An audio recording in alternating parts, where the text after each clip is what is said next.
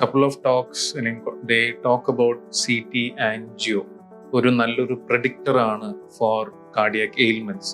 എന്താണ് സാറിന്റെ ഒരു അഭിപ്രായം? തീർച്ചയായിട്ടും ഇന്ന് ഏറ്റവും അധികം റിസർച്ച് നടക്കുന്ന ഏരിയകളിലൊന്നാണ് CT ആൻജിയോഗ്രാമും അതിനുശേഷം CT കാൽഷ്യം സ്കോറിങ്ങും CT ആൻജിയോഗ്രാമും. ഒരു പ്രധാനമായിട്ടും നമ്മുടെ നാട്ടിൽ വളരെ സർവ്വസാധാരണമായിട്ട് ഉപയോഗിക്കുന്ന ടെസ്റ്റ് അല്ല. കാരണം ഓരോരുത്തർക്കും ഇന്റർപ്രിട്ടേഷൻ വളരെ ഡിഫിക്കൽട്ടാണ്. എല്ലാ എക്സ്പീരിയൻസ് ആയിട്ട് എല്ലാ സെന്റേഴ്സും CT ആൻജിയോഗ്രാം ചെയ്യുന്ന എല്ലാ സെന്റേഴ്സും അതിന്റെ എക്സ്പീരിയൻസുകളും മറ്റു കാര്യങ്ങളും ഇല്ല.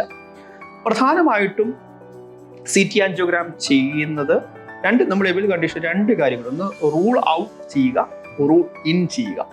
റൂൾ ഔട്ട് ചെയ്യുക എന്ന് പറയുന്നത് ഹൃദ്രോഗം ഇല്ല എന്ന് തെളിയിക്കുക. റൂൾ ഇൻ ചെയ്യുക എന്ന് പറഞ്ഞാൽ ഹൃദ്രോഗമുണ്ട് എന്ന് തെളിയിക്കുകയും ചെയ്യാവുന്നതാണ്. ഇതിന് പ്രധാനമായിട്ടും CT ആൻജിയോഗ്രാം ഞാൻ ചെയ്യുന്നത് പ്രധാനമായും ലോ റിസ്ക് ആളുകൾക്ക്. ഉദാഹരണത്തിന് ഒരു 25 വയസ്സുള്ള ഒരു സ്ത്രീ അല്ലെങ്കിൽ 25-30 വയസ്സുള്ള സ്ത്രീ, പുള്ളിക്കാരിക്ക് പല പ്രാവശ്യമായി എന്നെ വന്ന് കാണുന്നു, നെഞ്ചിന്റെ വേദനയുമായി കാണുന്നു, പരിശോധനകളൊക്കെ ചെയ്തു.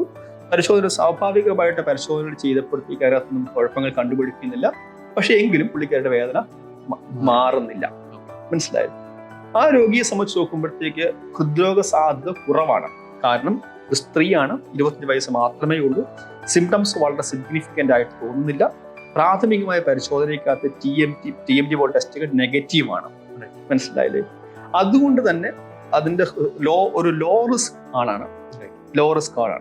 അവിടെ എനിക്ക് ടെസ്റ്റ് ചെയ്യേണ്ടത് എന്ന് പറയുന്നത് ഹൃദ്രോഗം റൂൾ ഇൻ ചെയ്യുക എന്നതിനേക്കാളും അപ്പുറമായി റൂൾ ഔട്ട് ചെയ്യുക എന്നുള്ളതാണ്.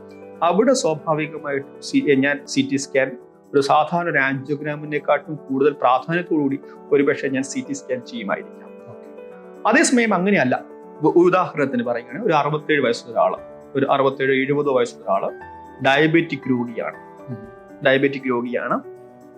നെഞ്ചുവേദന ഉണ്ടായി, പരിശോധന നടത്തി, പരിശോധനയ്ക്ക് ചില സസ്പീഷ്യസ് ആയിട്ടുള്ള റിപ്പോർട്ടുകൾ കിട്ടി. ആ സമയത്ത് ഞാൻ CT ആൻജിയോഗ്രാമോ ചെയ്യിക്കുമോ എന്ന് ചോദിച്ചാൽ ഞാൻ ചെയ്യില്ല. ഞാൻ സാധാരണമായി ചെയ്യാൻ പോകുന്നത് റുട്ടീനായിട്ടൊരു കൊറോണറി ആൻജിയോഗ്രാം ആയിരിക്കും. കാരണം അവിടെ എൻ്റെ ഏറ്റവും പ്രധാനപ്പെട്ടത് റൂൾ ഇൻ ചെയ്യുക എന്നുള്ളതാണ്. ഹൃദ്രോഗം ഉണ്ടെങ്കിൽ അത് കൃത്യമായി കണ്ടുപിടിക്കുക എന്നുള്ളതാണ്. അതിനുള്ള എല്ലാ സാധ്യതകളും ഉണ്ട്. കാരണം 70 വയസ്സായി സ്വാഭാവികമായി തന്നെ ഹൃദ്രോഗ സാധ്യത കൂടിയ ഘട്ടമാണ്. റിസ്ക് ഫാക്ടേഴ്സും ഡയബറ്റിക് ആണ്. എനിക്ക് എൻ്റെ പരിശോധനയിൽ നിന്ന് സസ്പീഷ്യസ് ആയിട്ട് ചില ഫൈൻഡിങ്സ് എനിക്ക് മറ്റു പരിശോധന കിട്ടിയുള്ളപ്പോൾ, അങ്ങനെയുള്ളപ്പോൾ ഞാൻ CT സ്കാനിനെക്കാട്ടും കൂടുതലായി അവിടെ ഉപയോഗിക്കുന്നത് ഒരുപക്ഷെ ഒരു നോർമൽ കൊറോണറി ആൻജിയോഗ്രാം ആയിരിക്കാം. അതുകൊണ്ട് തന്നെ ലോ റിസ്ക് ആളുകളിൽ റൂൾ ഔട്ട് ചെയ്യാൻ വേണ്ടിയിട്ട് CT സ്കാൻ തീർച്ചയായിട്ടും വളരെ നല്ലൊരു കോഴ്സ് തന്നെയാണ്. ഇപ്പോൾ given an option first, would you choose TMT or angio? I mean CT. എൻ്റെ ഏറ്റവും പ്രധാനപ്പെട്ട ടെസ്റ്റുകളിൽ ഒന്ന് TMT തന്നെയായിരിക്കും ഞാൻ പറയും. കാരണം എന്തുകൊണ്ട് ഞാൻ TMT ചെയ്യിക്കുമെന്ന് ചോദിച്ചാൽ, ഒന്ന്, രോഗിക്ക് എത്രമാത്രം നടക്കാൻ പറ്റുന്നുണ്ട് എന്നുള്ളതിനെ കുറിച്ച് ഏകദേശം ഒരു ധാരണ എനിക്ക് കിട്ടും.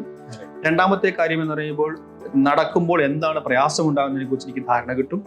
മൂന്നാമത്തത് നടക്കുമ്പോൾ സിംറ്റംസ് ഉണ്ടാകുന്നുണ്ടോ എന്ന് എനിക്ക് അറിയാൻ പറ്റും.